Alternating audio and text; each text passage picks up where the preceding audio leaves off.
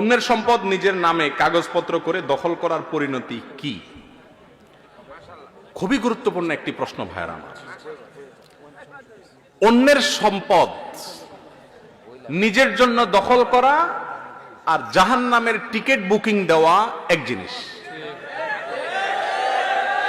রাসূল করিম সাল্লাল্লাহু আলাইহি সাল্লাম বলেছেন, এক বিঘত সম্পদ যদি কেউ কারোর আত্মসাৎ করে, কিয়ামতের ময়দানে আল্লাহ রাব্বুল আলামিন তার গলায় 7 তবক জমিন ঝুলিয়ে দিবেন, ধসাতে থাকবেন তাকে।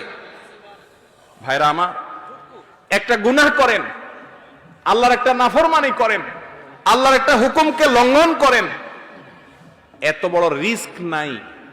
মানুষের সম্পদ অন্যায়ভাবে আত্মসাৎ করলে যত বড় রিস্ক আছে, কারণ এটা বান্দার হক আল্লাহ নিজেও মাফ করবেন না।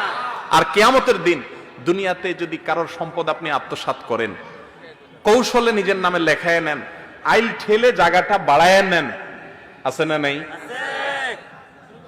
দেশ থেকে ভাই টাকা পাঠাইছে, আপনি কৌশলে আপনার নামে জমিটা নিয়ে নিছেন, আছে না নাই? অনেক বাপ, ছেলে কষ্ট করে টাকা পাঠাইছে, হ্যাঁ ছেলে ভিসা নেওয়ার সময় যে টাকা নিয়েছে সে টাকা আপনি অবশ্যই আদায় করে নিতে পারেন বাপ হিসাবে, যদি তাকে টাকা দিয়ে থাকেন, কিন্তু এরপরেও তার জীবনের সব কামাইয়ের টাকা দিয়ে আপনার নিজের নামে জমি কিনবেন আর সব ছেলে মেয়েরে ভাগ দিবেন, আছে না নাই? এগুলো হারাম। দুনিয়াতে ওই ছেলে কিছু হয়তো বলবে না, চক্ষু লজ্জায় পড়ে বাপে করছে। কিয়ামতের ময়দানে বাপ সন্তান কেউ কাউকে চিনবে ইয়াউমা ইয়াফিরুল মারউ মিন আখিহি ওয়া উম্মিহি ওয়া আবি। ভাইরা, কেউ কাউকে ছাড় দিবে না। দুনিয়াতে যদি আমার সম্পদ কেউ আত্মসাৎ করে, আমার উপকার করছে, কারণ এর বিনিময়ে আখিরাতে অবশ্যই আল্লাহ তাআলা তার কাছ থেকে আমাকে আদায় করে দিবেন। রাসূল করিম সাল্লাল্লাহু আলাইহি সাল্লাম বলেছেন, আতাদরুনা মাল মুফলিস, তোমরা কি জানো সবচেয়ে অভাবী মানুষটা কে? সাহাবায়ে কেরাম বললেন, আল মুফলিসু ফিনা মান লা দিরহাম লাহু ওয়া লা মাতা ইয়া রাসূলুল্লাহ। হে আল্লাহর রাসূল, আমাদের মধ্যে গরীব মানুষ বলা হয় ওই ব্যক্তিকে যার পয়সা কড়িও নাই, সহায় সম্পত্তি নাই। নবী সাল্লাল্লাহু আলাইহি ওয়াসাল্লাম বলেছেন, না, এটা তো সাময়িক সময়ের মুফলিস, সাময়িক সময়ের অভাবী। এর অভাব যে কোনো সময় দূর হয়ে সে বড়লোক হয়ে যেতে পারে। আসল মুফলিস আর অভাবী সেই লোক যে অনেক আমল, অনেক ওয়াজ মাহফিল শুনছে, দায় রাখছে, নামাজ কালাম পড়ছে, অনেক ইবাদত করে কিয়ামতের ময়দানে উঠছে, এরপরে দুনিয়াতে কারোর জমি মারছে, অন্যায়ভাবে আত্মসাৎ করছে, জাল দলিল করে নিছে, আইল ঠেলে জমি বাড়াইছে, বিভিন্ন ভাবে আত্মসাৎ করছে, বোনের হক বাপের সম্পত্তিতে আছে দেয় নাই, ফুফুর হক দাদার সম্পত্তিতে আছে দেয় নাই, বিভিন্ন ভাবে আত্মসাৎ করছে, স্ত্রীর মহারণা পরিশোধ করে নাই, বান্দার হক দেয় নাই। এই ব্যক্তিকে কিয়ামতের ময়দানে সমস্ত পাওনাদাররা হাজির হবে আর বলবে, চান্দু, দুনিয়াতে তো বহুত মাস্তানি করছো, গায়ের জোর ছিল, আজ আহকামুল হাকিমিনের সামনে কোনো কাহিনী চলবে। তখন কি হবে? জমি তো আর নাই, দিবে কি?